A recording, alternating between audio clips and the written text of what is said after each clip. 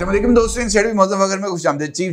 Justice काजी फैज ईसा को अलविदाई reference दे दिया गया, लेकिन ये अलविदाई रेफरेंस भी जस्टिस काजी फैज ईसा साहब के दौर की तरह ही मुकम्मल तौर पर मुतनाज़ा रहा, क्योंकि ये इस बात की तरफ इशारा था कि अभी अदलिया के अंदर जो तकसीम है वो ना सिर्फ मजीद गहरी होगी, बल्कि आने वाले चीफ जस्टिस मिस्टर जस्टिस या अफरीदी को अपने 3 साल टेन्योर के अंदर आइन पसंदों की बजाय इमरान पसंदों का सामना करना होगा। और ये उनको वाज़े तौर पर पैगाम इस रेफरेंस के दौरान ही मिल चुका है कि पायन तानवी रसीद रखांगे ओ भी तुन के। और अब देखना यह है कि जस्टिस या अफरीदी साहब अपने इस टेन्योर के आगाज में किस तरह के इकदाम करते हैं, जिसके नतीजे में आइन पसंदों के जरिए इमरान पसंदों को कैंडे में लाया जा सके, जो बज़ाहिर नामुमकिन नजर आता है। और इसका इजहार आज हमने इसी अलविदाई रेफरेंस में मिला। होना तो यह चाहिए था कि चीफ जस्टिस मिस्टर जस्टिस काजी फैज ईसा जैसे आइन पसंद को उसकी शायाने शान खिदमात की रोशनी में शायाने शान अंदाज में रुखसत किया जाता, लेकिन बदकिस्मती यह है कि यहां पर कौमी हीरोज को विलन बनाकर पेश किया जाता है और उनकी इस विलनशिप को इस हद तक उजागर किया जाता है कि उनकी तमाम तर खूबियां भी बिल्कुल दब जाती हैं। अगरचे इस रेफरेंस के अंदर तमाम के तमाम सुप्रीम कोर्ट ऑफ पाकिस्तान के जज साहिबान को शिरकत करना चाहिए थी, लेकिन इस रेफरेंस के अंदर 5 जज साहिबान की अदम शिरकत और जनाब मंसूर अली शाह साहब की तरफ से इस रेफरेंस के बाइकआउट और बाइकआउट के साथ एक खत के जरिए जस्टिस काजी फैज ईसा को एक मुजरिम की तरह चार्जशीट करना, यह इस बात की तरफ इशारा है कि game is not yet over. Justice Mansoor Ali Shah साहब ने अपने इस खत में जो कि उन्होंने तहरीर किया, जस्टिस काजी फैज ईसा साहब को किन बुनियादों पर चार्जशीट किया गया, इस सारी सूरत हाल पर आपके साथ बात करूंगा। लेकिन उससे पहले बात करते हैं इस अलविदाई रेफरेंस की, क्योंकि फूलों के साथ कांटे भी होते हैं और कांटों का जिक्र करने से पहले अगर हम फूल की अफादियत और फूल की खूबसूरती पर बात करें तो मेरा ख्याल है कि वो ज्यादा जरूरी है।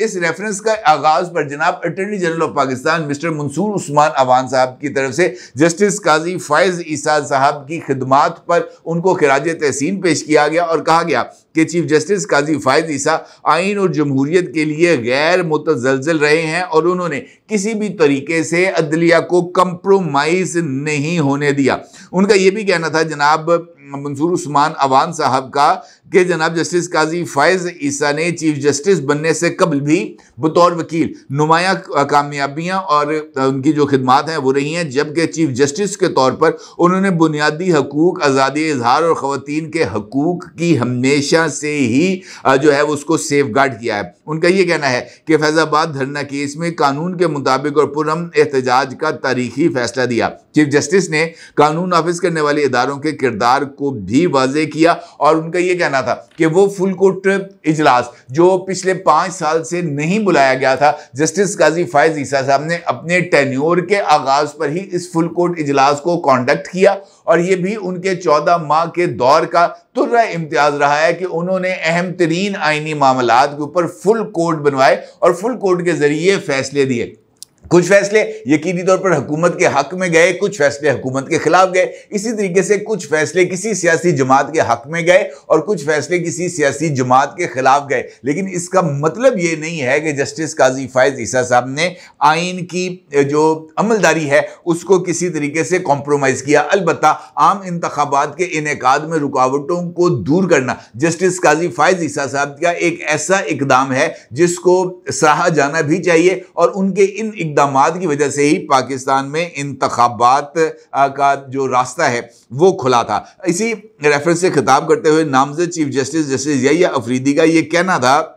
कि इस वक्त मेरे अंदर मिले जुले रुझानात हैं। एक तरफ चीफ जस्टिस पाकिस्तान काजी फैज ईसा साहब की रिटायरमेंट पर दिल उदास है, तो दूसरी तरफ खुशी भी है कि काजी फैज ईसा अच्छी सेहत के साथ रिटायर हो रहे हैं। उनका यह भी कहना था कि चीफ जस्टिस काजी फैज ईसा को बहुत अच्छा इंसान पाया, वो बहुत नरम मिजाज इंसान है। अगर आप चीफ जस्टिस काजी फैज ईसा साहब को उकसाएंगे तो फिर उनके गुस्से से बचना मुश्किल है। मैंने भी एक मरतबा जनाब काजी फायज ईसा साहब के गुस्से का सामना किया। मेरा ये तजुर्बा कुछ ज़्यादा अच्छा नहीं रहा। उनके इन रिमार्क्स पर जो अदालत है वहाँ पर अच्छे खासे कहे भी लगे। उसके बाद जस्टिस काजी फायज ईसा साहब ने अपने अलविदाई खिताब के अंदर तमाम फेलो कलीग्स का शुक्रिया अदा किया और उन तमाम लोगों का शुक्रिया अदा किया जिन्होंने उनके अदालती टेन्योर में उनका साथ दिया, उनके जो फैसले हैं उसको इम्प्लीमेंट कराया और उनको गाइड किया कि किस तरीके से आइन की सरबुलंदी पर अमल करना है। जस्टिस काजी फायज ईसा ने इस मौके पर एक मरतबा फिर इस बात का इजहार किया कि पाकिस्तान की पार्लियामेंट और पाकिस्तान का आइन दोनों ही सुप्रीम है। पार्लियामेंट के पास कानून साजी और आइन साजी का इख्तियार है, जबकि हमारा काम पार्लियामेंट की तरफ से बनाए गए कवानीन पर इंप्लीमेंट करना है। हम पार्लियामेंट को डिक्टेट नहीं कर सकते। और उन्होंने या अफरीदी साहब को भी इसी बात का मशवरा दिया कि आप आइन के ऊपर कारबंद रहें और पाकिस्तान का आइन तहरीरी शक्ल में है, आसान जुबान में है और उससे अपनी मर्जी के मुतालिब को तलाश नहीं किया जाना चाहिए। और यही वो जस्टिस काजी फायज ईसा साहब का जुर्म है जिसकी बिना पर जस्टिस काजी फायज ईसा जैसे हीरे को उनके जो है ना बल्कि हीरो को एक विलन के तौर पर पेश किया जा रहा है। और इसी हवाले से ये खत जो जस्टिस मंसूर अली शाह साहब ने तहरीर किया है उसका अक्स आप अपनी स्क्रीन पर देख सकते हैं। इस कंटेंट के अंदर जस्टिस मंसूर अली शाह साहब ने किन बुनियादों पर जस्टिस काजी फायज ईसा साहब को चार्जशीट किया वो बहुत ही ज्यादा अहमियत के हामिल हैं। लेकिन यहां पर यह बात भी, ये ज़रबुल मिसल का हवाला देना भी बहुत ही ज्यादा जरूरी है। A man is known by the company he keeps, यानी इंसान अपनी सोबत से पहचाना जाता है। जब तक जस्टिस मंसूर अली शाह साहब जो हैं वो रोशन दिमाग, आली सफात और आइन पसंद शख्सियत के तौर पर सिर्फ इसी वजह से जाने जाते थे कि वो आइन पसंदों के दरमियान रहते थे। लेकिन जैसे ही वो आइन पसंदों से दूर और इमरान पसंदों के करीब हुए हैं, उन्होंने अपनी तमाम तर उम्र की जो रियाजत है उसको ना सिर्फ दरियापुर्द कर दिया है, बल्कि इस वक्त जस्टिस मंसूर अली शाह साहब का मुकाबला अगर जनाब काजी फायज ईसा साहब के साथ किया जाएगा तो जस्टिस मंसूर अली शाह साहब जस्टिस काजी फायज ईसा साहब से बहुत दूर, बल्कि मीलों दूर नजर आएंगे। कोई मुकाबला ही नहीं है। ऐसी सूरत में जस्टिस मंसूर अली शाह साहब जब तक जनाब अहम तरीन लोगों से और आइन पसंदों के साथ राब्ते में रहे वो बिल्कुल दुरुस्त सिमत में चलते रहे। लेकिन जैसे ही मुनीबों और अतरों के काम में वो जो है शिकंजे में आए तो यही सूरत हाल है जो अब हमारे सामने नजर आ रही है। इस खत के अंदर जनाब मंसूर अली शाह साहब ने इस बात का हवाला दिया है, बल्कि उन्होंने इस खत के आगाज में जो रजिस्ट्रार सुप्रीम कोर्ट हैं उनसे इस बात का मुतालबा किया है कि उनके इस खत को ये जो फुल कोर्ट रेफरेंस हुआ है जस्टिस काजी फायज ईसा साहब के एजाज में उसके रिकॉर्ड का हिस्सा बनाया जाए। उन्होंने अपने इस खत के अंदर तकरीबन 5 नकात, उनका ये खत इस पर मुश्तमिल है, जिसमें पहले नुक्ते में वो इस बात का इजहार करते हैं कि दुनिया भर में सुबकदोश होने वाले चीफ जस्टिस को एक रेफरेंस के साथ उनको रुखसत किया जाता है, जहां पर उनकी खिदमात, क़यादत और अदलिया की सालमियत को बरकरार रखने का एतराफ़ एक बड़ी ही मुस्तहकम रवायत है। ताहम रवायात और इदारों की तरह लोगों की खूबियों पर इन्हिसार होता है जो इन इदारा जाती रवायात को मुजस्सम करती हैं। दूसरे नुक्ते में वो इस बात का इज़हार करते हैं कि आज से कबल 2019 में जब साबिक चीफ जस्टिस मियां साकिब निसार को रुखसत किया जा रहा था, उनके एजाज के अंदर रेफरेंस दिया जा रहा था, तो साकिब निसार की तरफ से अपने आईनी किरदार की हदूद से तजावुज़ की बुनियाद पर और दायरा इख्तियार से बाहर के मामलात को डील करने पर उन्होंने उनके एजाज के अंदर रेफरेंस में शिरकत नहीं की थी और 17 जनवरी 2019 को भी एक खत के जरिए अपनी वजूहात को रिकॉर्ड पर रख दिया था। आज भी उनका यह कहना है कि मैं ऐसा ही फैसला करने पर खुद को मजबूर करता हूं, लेकिन इस मर्तबा ये जो ज़्यादा परेशान कुन वजूहात की बुनियाद पर मैं जो है इस खत को लिखने पर मजबूर हुआ हूं।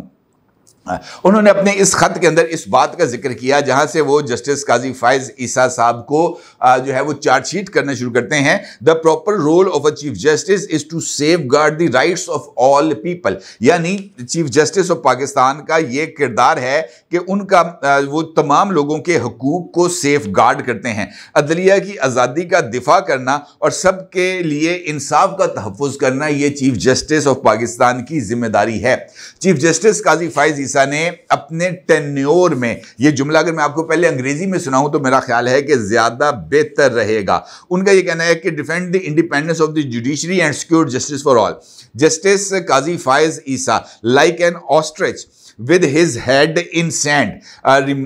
remained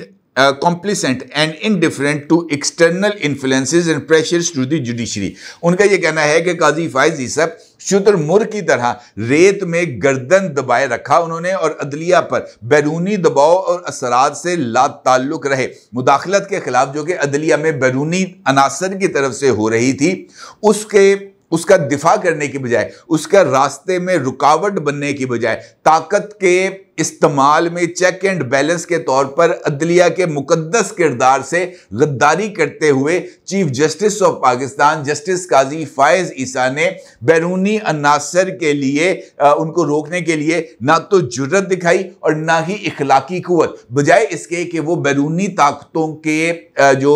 यलगार थी उसको रोकते, उन्होंने उस यलगार के लिए जो दरवाजे थे उनको और ज्यादा वसी कर दिया, उनको और ज्यादा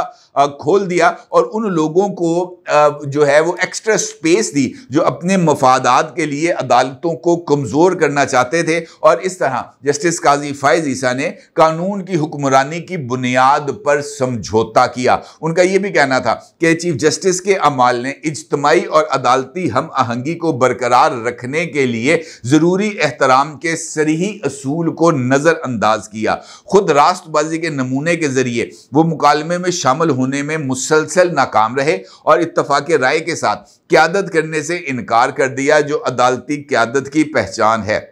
उनका यह कहना है कि वो अदालत के फैसलों का बहुत कम एहतराम करते हैं और उन्होंने तौहीन अमेज और रवैये और बेशर्मी से तजवीज़ दी कि उन पर अमल दरामद नहीं हो सकता। उन्होंने अदालत के अंदर साथियों के दरमियान तल्ख तकसीम और टूटे हुए ताल्लुकात को मजीद गहरा किया, जिससे अदलिया पर जो दाग हैं वो और भी देर पा रहेंगे। उनके दौर की तारीफ नरमी, इंतकाम और इंतजामी मामलात के लिए एक पस्त रवैया से की जाएगी जिसमें कोई रऊनत या आजिजी नहीं है। उनका यह भी कहना था कि रेफरेंस में खड़ा करना और उनकी मुद्दत का जश्न मनाने से यह पैगाम जाएगा कि एक चीफ जस्टिस ने अपने इदारे के साथ गद्दारी जो की है उसको जो है हम उसको सपोर्ट कर रहे हैं, उसको लेजिटिमेट कर रहे हैं। उसकी ताकत को जो ख़त्म किया जा सकता था, ये एक ऐसा अमल है जिसको किसी भी तौर पर